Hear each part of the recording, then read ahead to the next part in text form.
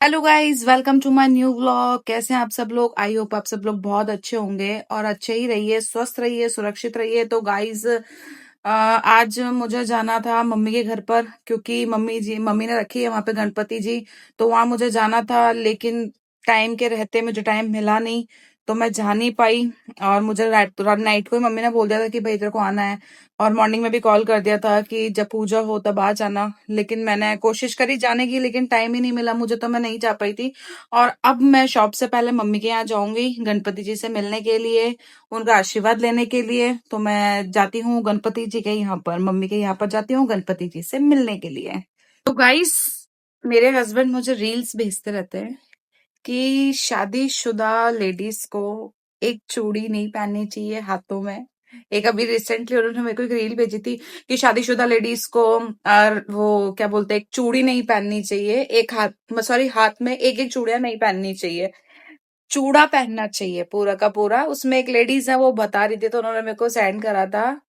तो लो, मैं आ रही हूँ दुकान चूड़ा पहन के। तो गाइज, अब मैं चूड़ा पहन के जाती हूँ दुकान। अब आप खुद ही बताइए, कोई मतलब अगर अपन किसी फील्ड में है तो, या कोई वर्क वगैरह कर रहे हैं, तो अपन चूड़ा पहन के जा सकते हैं क्या?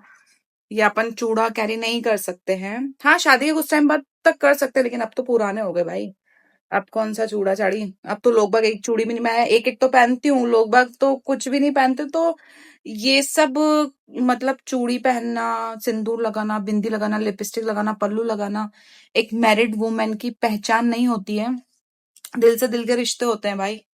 तो ऐसा नहीं है, मैं लोगों को कह रही हूँ, मेरे हस्बैंड को नहीं, मेरे हस्बैंड तो बहुत अच्छे हैं। तो लो, मैं चूड़ा पहन के दुकान आती हूँ। ऐसा नहीं है, इसमें बिल्कुल भी चूड़ा पहन के दुकान नहीं जाने वाली। मैं आ चुकी हूँ मम्मी के घर पर, और चलो मिलते हैं गजानन जी भगवान से। प्यारे गजानन जी भगवान, जो कि इसने अपने हाथों से बनाए हैं, और ये है पूरा डेकोरेशन।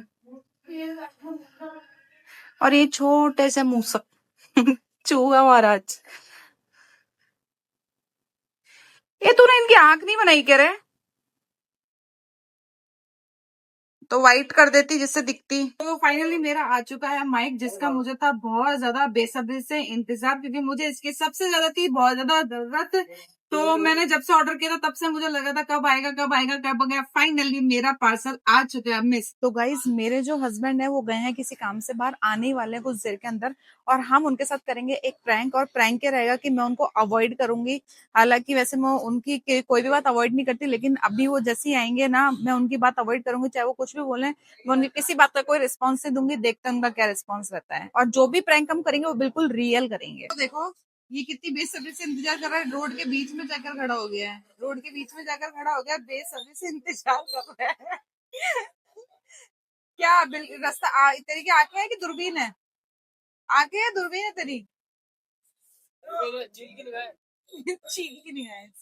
जो माइक है वो मैंने छुपा लिया है, ताकि उनको डाउट ना हो। और हम हो जाते हैं रेडी। कोई नहीं, क्या हुआ? कोई चोरी पकड़ में? मेरा आता पता आप लोग ये नहीं है? कोई चोरी पकड़ में गई क्या? जिंदगी कल से है? तो यहाँ चौपाटी खाने वाले बात इच्छा ने मना कर रहा हूँ आगे से। ये बड़ा वो नहीं रहेगा उसे। छोले कुलचे क्या?